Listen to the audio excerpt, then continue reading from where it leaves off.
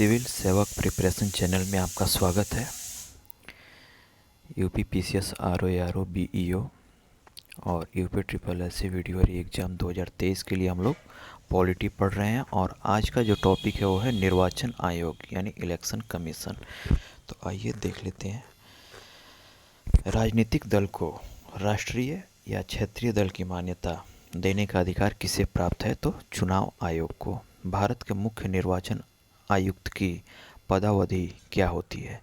6 वर्ष या 65 वर्ष की आयु, जो भी पहले हो। भारत के मुख्य चुनाव आयुक्त को किसके द्वारा नियुक्त किया जाता है?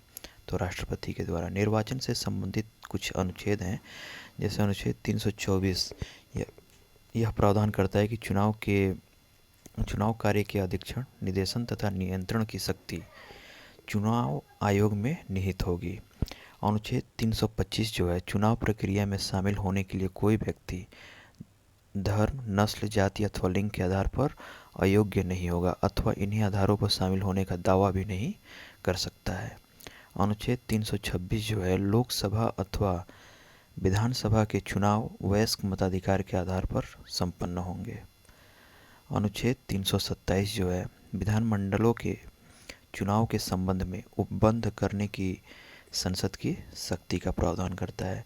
अनुच्छेद 328 जो है, राज्य विधायिका का संबंधित राज्य के अंदर चुनाव के संबंध में प्रावधान बनाने की शक्ति देता है। अनुच्छेद 329 जो है, चुनाव संबंधित विषयों में न्यायालय के हस्तक्षेप पर रोक लगाता है। और 329 क जो है, वो प्रधानमंत्री तथा लोकसभा अध्यक्ष के चुनाव के संबंध में विशेष प्रावधान करता है। भारत के मुख्य चुनाव आयुक्त किसके द्वारा नियुक्त किया जाता है? तो राष्ट्रपति के द्वारा।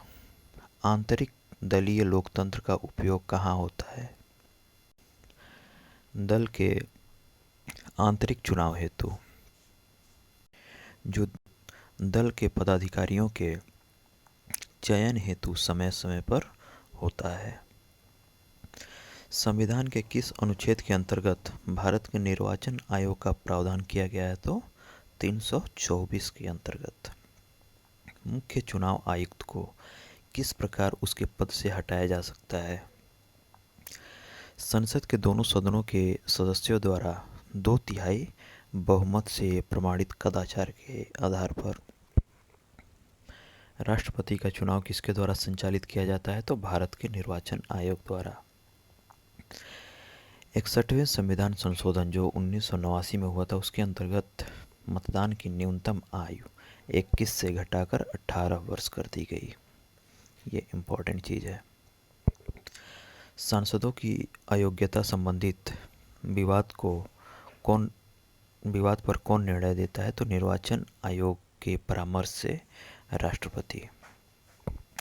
संसद द्वारा किस व्यक्ति को चुनाव लड़ने के लिए अयोग्य करार दिया जाता है? तो न्यायालय द्वारा अपराधी घोषित किए गए व्यक्ति को।